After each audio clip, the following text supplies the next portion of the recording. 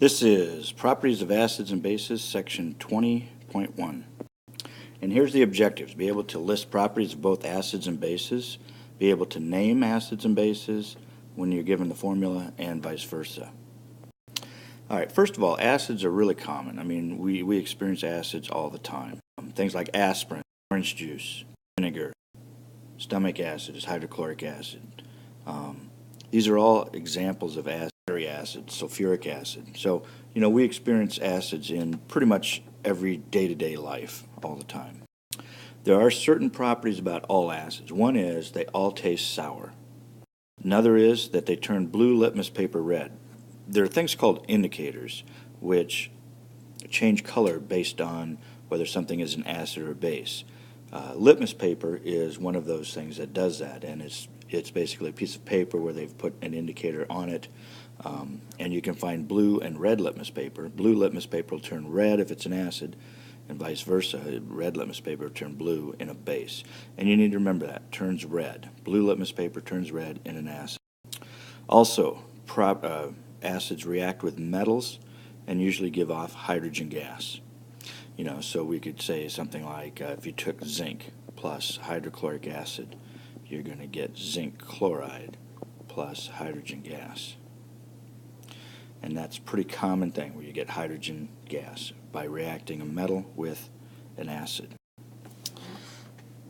There are certain ways that you're going to name acids. First of all, acids usually start with H in their formula.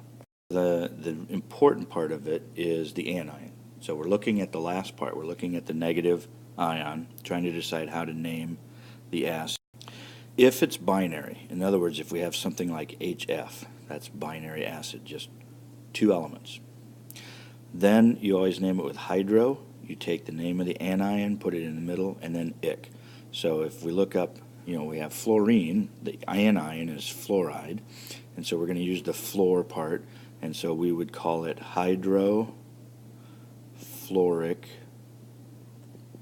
acid. So we take the name of the anion, put it in here. So anytime they're binary are really small, so we make a big name. We add on to it. We got hydro something ic acid. If we have HCl, okay, binary. So we got the chlorine, so that's going to go in the middle, so that would be hydrochloric acid. So whenever you see the hydro, this part tells you it's binary. If the anion ends in ate, so like H2SO4, the SO4 is sulfate. So if it ends in ATE, we don't have any hydro, we just have ic. So sulfate would become and in this case we add kind of the UR back on, sulfuric acid. So anytime that you see that it ends in ate, it becomes ic acid. And if you see something that has just ic acid, you're looking for the 8 polyatomic ion to write the formula. If it ends in ite, then, so like here, if we do SO3, if we look up SO3, it is sulfite. So then you're going to add OUS. So this becomes sulfurous acid. Okay? So when you see us, it's ite. One of the ways that I remember, if you ate an acid, that's icky, so ate is ic. Okay? And if it's binary, it's the hydro and ic. You need to be able to go both ways. You need to do a little practice on this. Bases usually are slippery, like soap, and they taste bitter.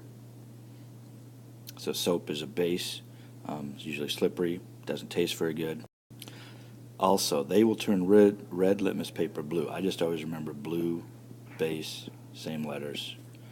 So that's kind of how I remember it. Then I kind of figure out the acid one is the opposite. Examples of bases would be caffeine, milk of magnesia. Think of the Phillips milk of magnesia, which is magnesium hydroxide, Drano, Windex. Those are all examples of bases.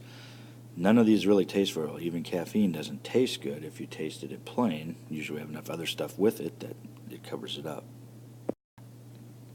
If we're going to name bases, there's nothing new. You've already done this. You just name them the way we did with polyatomic ions. So if we've got something like NaOH, NaOH, how do we name that? Well, we named the first part, said sodium. Named the second part, hydroxide.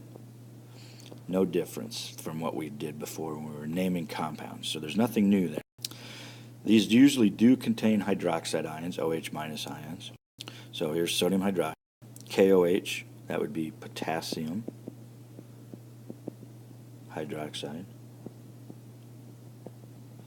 Okay.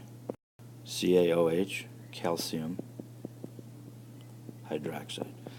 Now there are a few other things that are bases that don't contain hydroxides, but most of them do, and so that's what we're going to go with.